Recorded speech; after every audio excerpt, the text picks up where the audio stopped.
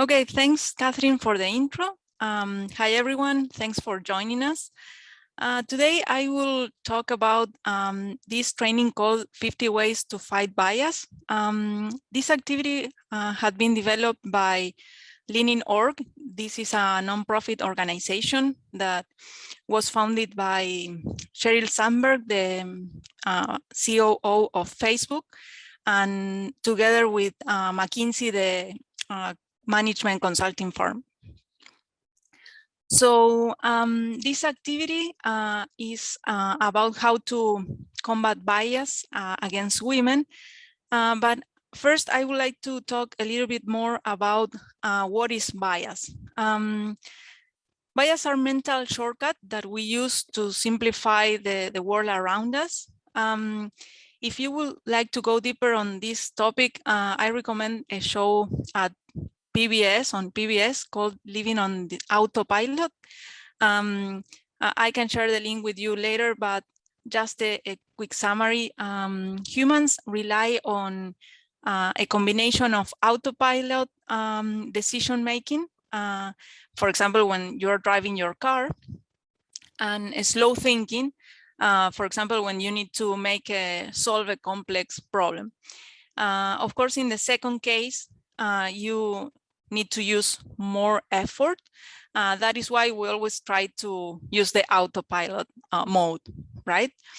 And especially when we meet new people, that we are always meeting new people at work, at different places, we usually use fast thinking to construct a story around them and to categorize them. That happens very fast. That can lead us to make mistakes. So it is very important that we understand that we make decisions outside of our awareness. So we need to try to turn off the autopilot and slow down to avoid mistakes. Of course, bias isn't limited to gender, but today I will speak specifically about gender bias. Research has shown that gender bias is holding women back at the workplace. It makes harder for women to get hired and promoted and impacts directly in their work experiences. For example, I don't know if you know that today the standards in auditions in the symphony orchestras are blind auditions. There was a study in Harvard in 2001 that showed that the introduction of blind auditions in America orchestras increased the probability that a woman would advance from preliminary rounds by 50%. So that's one of the examples you can take a look at. So the full version of this training includes some cards that about common situations that women face at work and how to address them. But as I have only very short time, I will speak about the most common bias women face at work.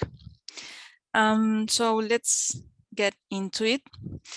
I will start talking about the performance bias.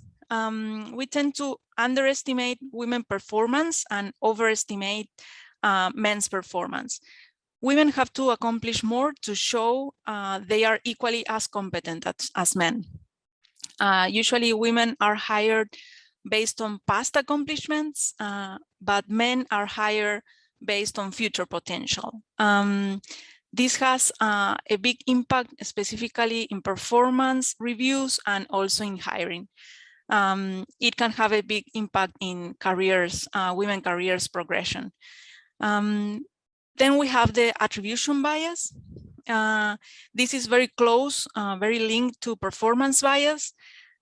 Because we see women as less competent than men, we tend to give them less credit for accomplishment and blame them for mistakes.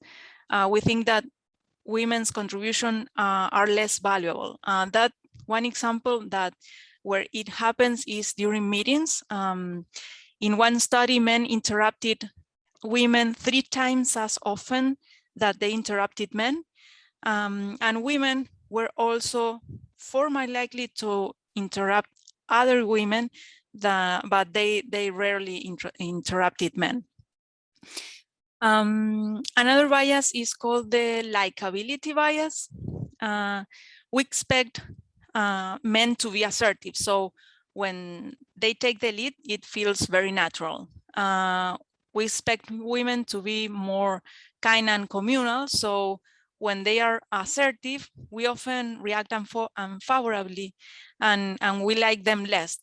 You may have caught yourself having a negative reaction to a woman who has a strong leadership style or speaks directly. To make things even more complicated, women also pay a penalty for being likable. It seems that if you are agreeable and nice, you look less competent. This double bind makes the workplace challenging sometimes for women. Another bias is called the maternal bias.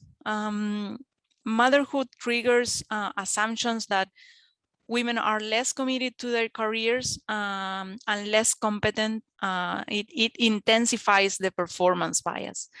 As a result, they get less opportunities and higher standards. For example, sometimes they don't get the opportunity to be in big challenges or have a work trip. And this starts very early. As soon as a woman gets engaged, they face this kind of pushback. Then we have the affinity bias. We always like to be with people that are like ourselves in appearance, in beliefs, and background. So we tend to avoid people and dislike also people that are different. In the workplace, mentors protect people who remind them of themselves, and also hiring managers spend more time interviewing people that are like them and more likely to get a favorable evaluation. And last, there's this concept called intersectionality. As I mentioned, that bias isn't limited to gender. Women can also experience biases due to their race, sexual orientation, a disability, or other aspects on their identity. So what we can do here, there are some strategies that we can use. First, speak up for someone in the moment, specifically if you hear that someone had been interrupted, you can ask to hear what they have to say. Ask probing questions. For example, sometimes a simple question that says, what makes you think that? That can help other people discover the bias in their thinking. Also stick to the facts, as when you can, you should shift the conversation to work concrete, neutral information to minimize bias, and also advocate for policy and process change. Well, this was a quick overview of the training. If you want to know more about the science behind that, I can share you the link with all the different studies, and please contact me if you need more information. Thank you.